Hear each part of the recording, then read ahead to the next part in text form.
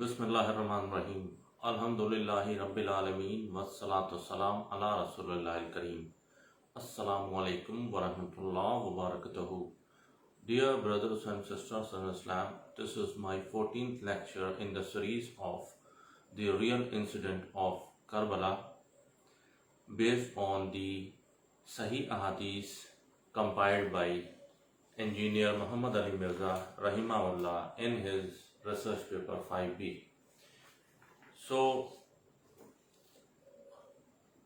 continuing with the yesterday's topic about the virtues of the fourth Caliph of Islam, the rightly guided Caliph Sayyidina Ali bin Abi Talib.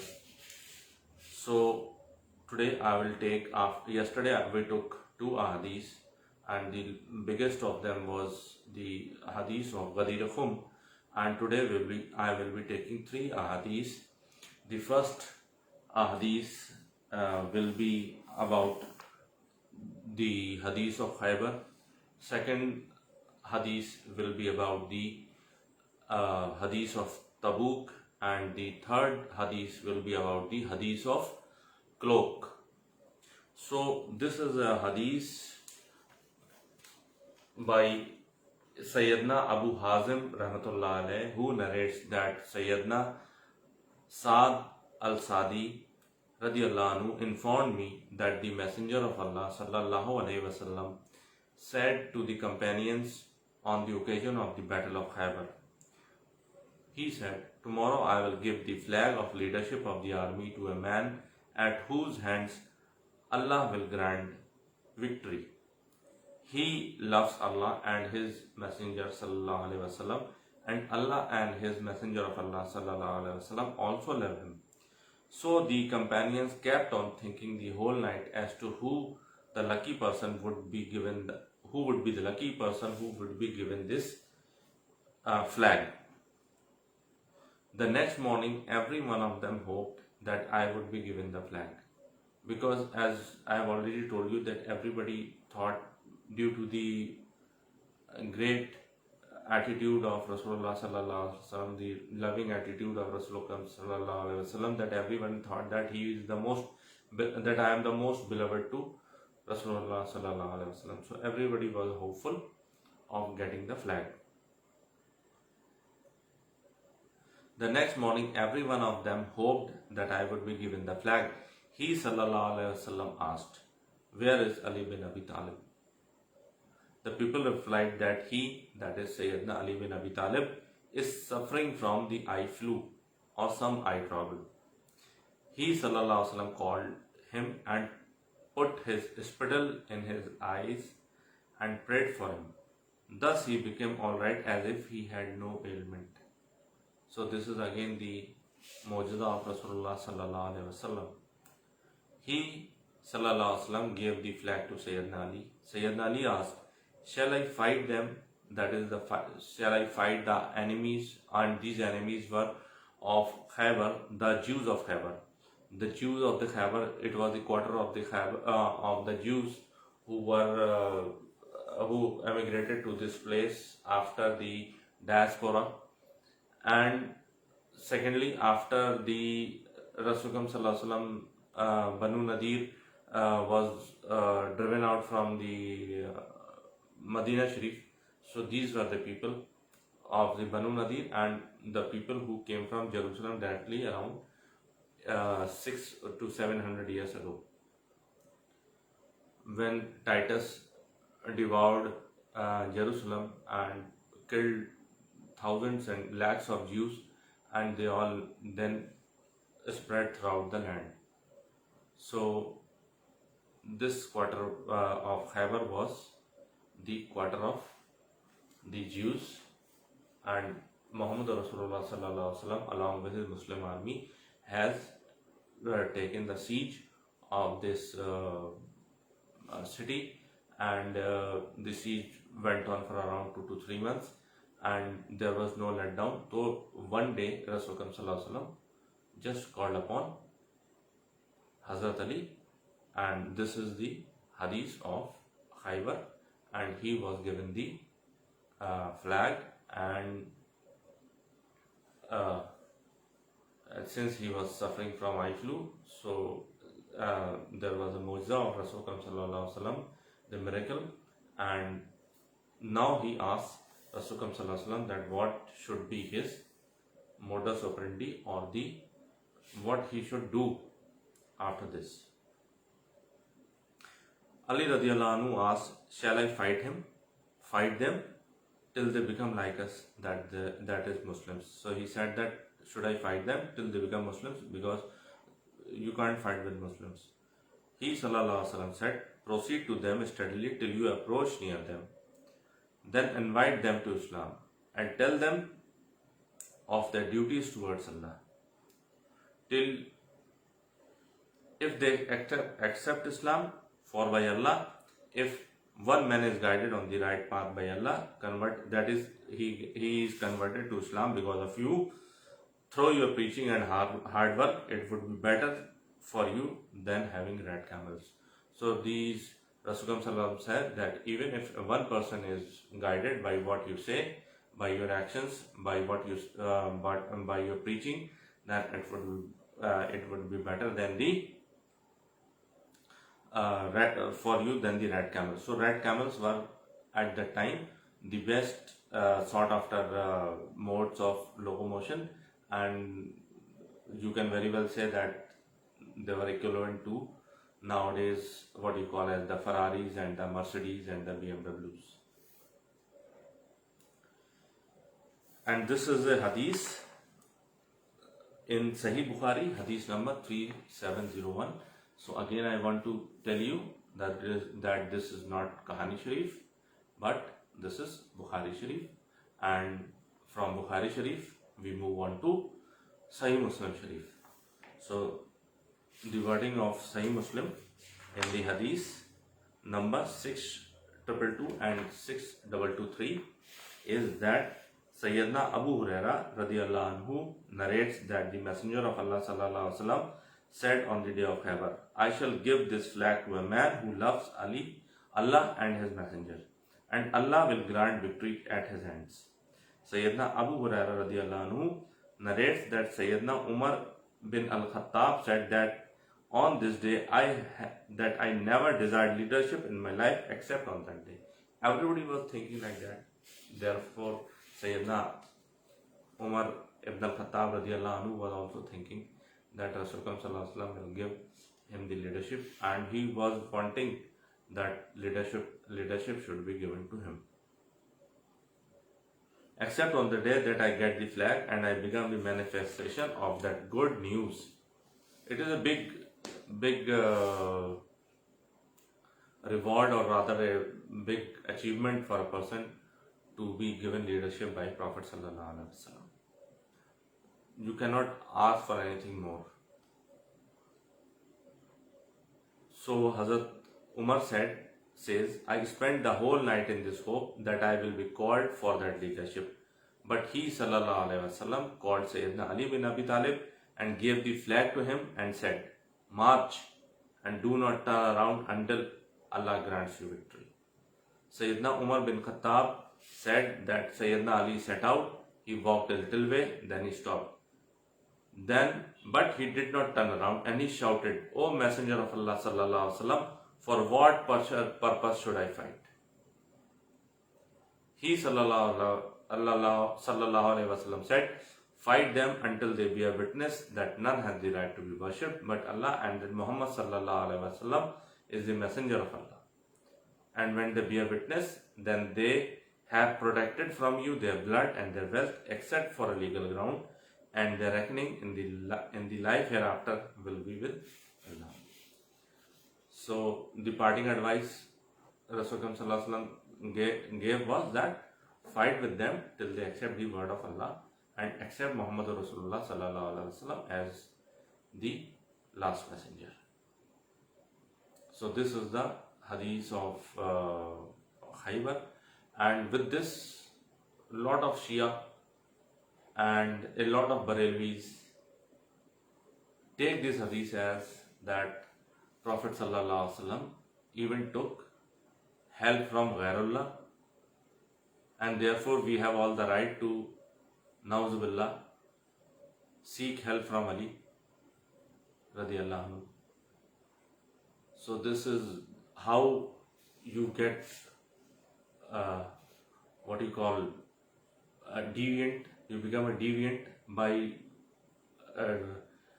arriving at such devilish inferences, and this is how you do shirk after accepting Islam. So had it been like that, then Sayyidina Hamza, who died in who got martyred in Battle of Uhud, was more deserving to be called for.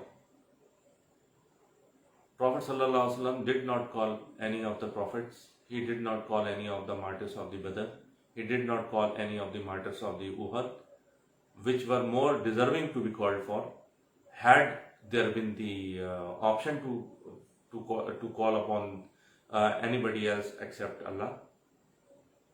So this is how, if your vehicle is on the back gear or on the reverse gear, how much you try, how much accelerator you give, your vehicle will go back only. So this is what these people have derived. Instead of deriving the fazila of Ali alayhi salam and the virtue he had, these people, they are deriving shirk from this hadith, and they don't even know about the situations, about the worldly things even. If you are a commander, if you are the king, then whom will you call? You will call your commanders, your best commanders, to do a best work. So if Rasulullah ﷺ has called for Hazrat Ali, thinking him to the best, this doesn't mean that he was making a dua and he was taking help from him. He was his subordinate. You can't expect a king to go and fight for himself and break the door of the fort and get inside. Prophet ﷺ never did that, except in the Battle of Hunain, where he led from the front. And even in Battle of Uhud. But I don't know what sort of thinking these people have, and they just try to, they will always try to bring out shirk, isti'anat, that is called isti'anat, calling anybody else except apart from Allah. Isti'anat, making dua, is only for Allah, or only to Allah, towards Allah. It is not to anybody else. Prophet ﷺ did the right thing by calling his commander, because he was live, he was just in front of him. He was not dead, lying in Baghdad or Karbala or Bareilly or any other place on the earth, or in Medina Sharif. He did not call upon the dead, he called upon the live people, the physical people,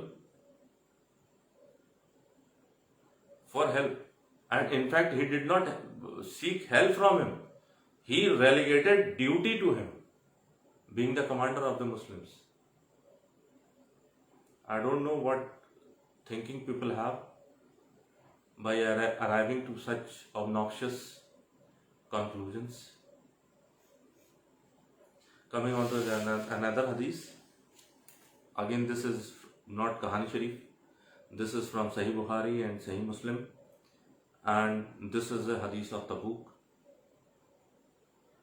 Very informative, telling about the fazilat of, or rather the virtue of Sayyidina Ali bin Abi Talib.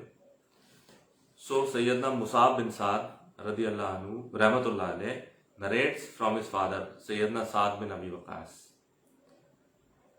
that Allah's Messenger sallallahu alaihi wasallam set out for Tabuk, appointing Sayyidina Ali bin Abi Talib as his deputy in Medina. So this was the first time that Sayyidina Ali was not with him on any battle.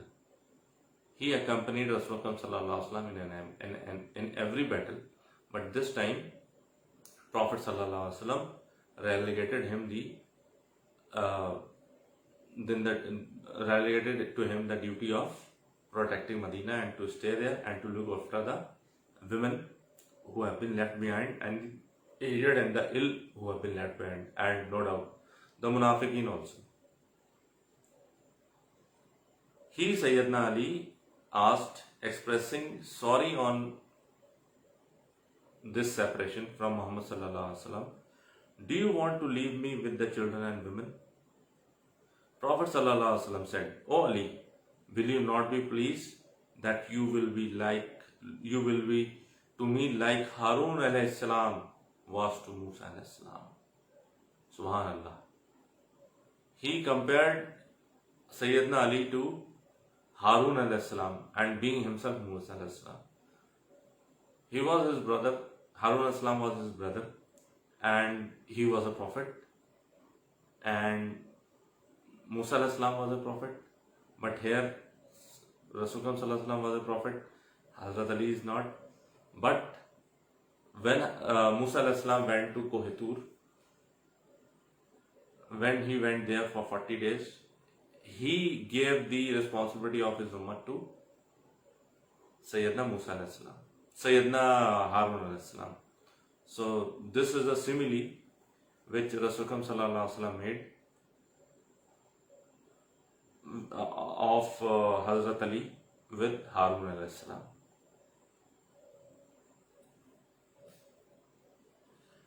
That is, I am leaving you my deputy while leaving for Tabuk, as Musa alayhi salam has appointed Harun alayhi salam as his duty on the children of Israel while leaving for the mountain of Tur.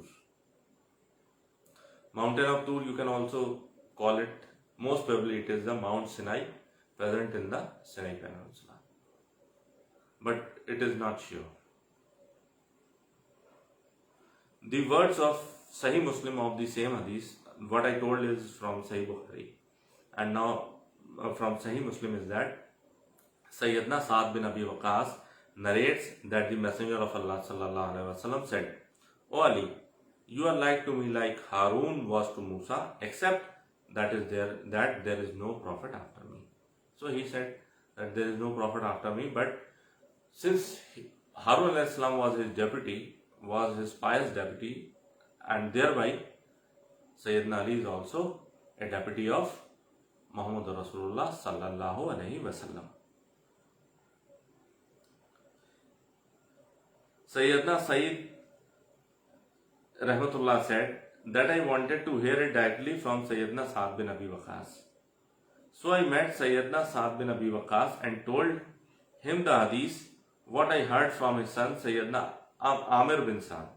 Upon this, Sayyidina Sa'd bin Abi Waqqas said, yes, I heard it from the Messenger of Allah sallallahu alaihi wasallam.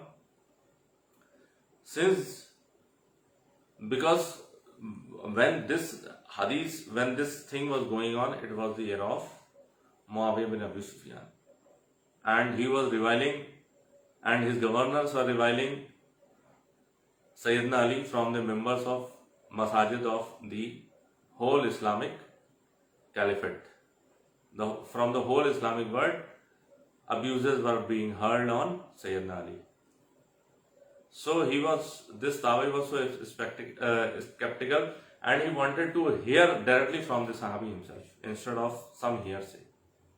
So that's why he heard this hadith from the son of Sa'd bin Abi Waqqas, one of the Sahaba Kram from the Ashra Mubashra, the 10 who have been promised Jannah, and it is the same Sayyidina Sa'd bin Abi Waqqas who brought down the downfall of, or the collapse of, or the victory over the Persian Empire.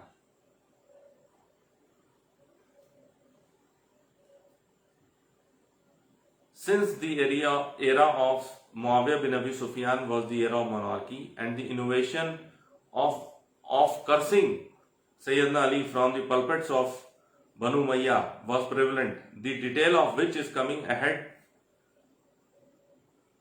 In such a situation, it was extremely difficult to digest a tradition describing so much splendor of Sayyidina Ali bin Abi Talib.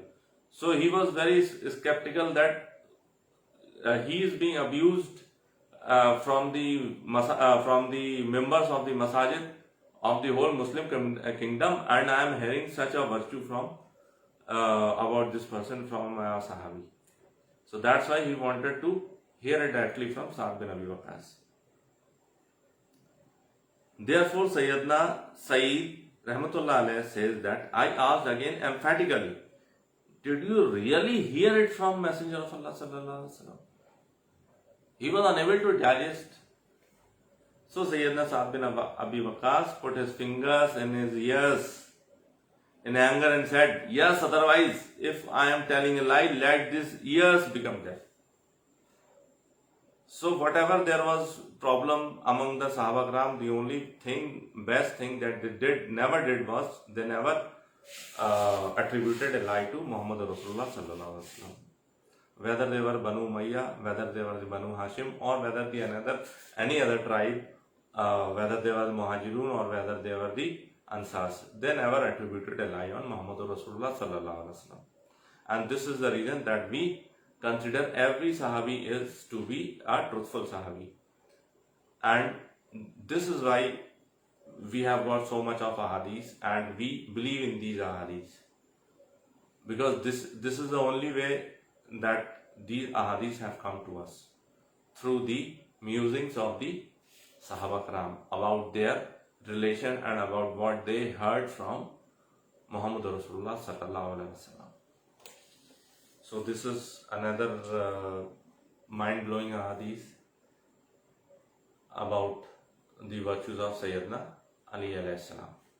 So coming on to the third hadith, the last one for today, is that this is again from Sahih Muslim 6261, and just see everything here is from Sahih Muslim, Sahih Bukhari, and the 4 books of the hadith of Ahl Sunnat wal Jamaat, and all these hadiths are Sahih. That is authentic. This is not any Kahani Sharif, but mashallah, this is Hadith Sharif. Coming on to another hadith, the mother of believers, Sayyida Aisha radiyallahu anha, narrates that Messenger of Allah sallallahu alaihi wasallam went out of the home one morning wearing a black woolen striped cloak. In the meanwhile, Sayyidina Hasan bin Ali came and he enfolded Rasulullah sallallahu alaihi wasallam in his cloak. Then Sayyidina Hussain bin Ali came and Rasulullah sallallahu alaihi wasallam enfolded him also in his cloak. Then Sayyidina Fatima came and he sallallahu alaihi wasallam enfolded her also in the cloak. Then Sayyidina Ali came and he enfolded him also in his cloak. And then the Messenger of Allah sallallahu alaihi wasallam recited this verse of Surah Al-Ahzab, verse number 33. O members of the family, Allah wishes only to remove the evil deeds and sins from you and to purify you with the thorough purification. So this is the hadith of the cloak, hadith of the cloak.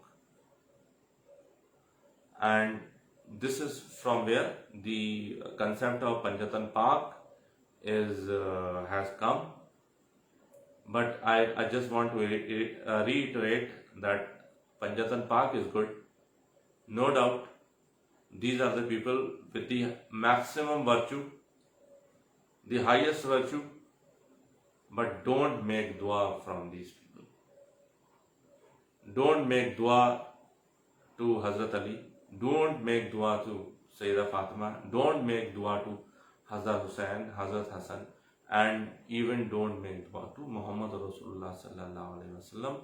Whether you are making dua to Muhammad Rasulullah sallallahu alaihi wasallam, or you are making a dua to any common man who is not in this world and he is buried in his grave, then certainly you are doing shirk. And so I pray to God, I too pray to Allah that He should protect us from doing shirk. Even after that we have accepted Islam and have proclaimed Muhammad Rasulullah sallallahu alaihi wasallam as the last prophet of Allah sallallahu alaihi wasallam. So please don't do shirk. These are the people whom you should emulate in your life, but you can't make dua to them. Don't make dua. Rest, everything is secondary. The primary thing and the most heinous crime that you are doing is that you are making dua to entities apart from Allah. So make dua only to Allah. No one, the Creator is only supposed to be called upon, is only supposed to be invoked. Creator is the only one to whom dua should be made. Rest, everybody is in haja of Allah subhanahu wa ta'ala. Everybody wants Allah subhanahu wa ta'ala. Therefore, if everybody wants Allah subhanahu wa ta'ala, then dua cannot be made to anybody except Allah. So this is my request to you. Stop making dua to anybody except Allah subhanahu wa ta'ala. Wallahu alam. Jazakumullahu khair. Subhanakallahumma wa bihamdika nashhadu an la ilaha illa nastaghfiruka wa atubu ilaik. Wa ma alaina illa al balagul mubin. Assalamu alaikum wa rahmatullahi wa barakatuh.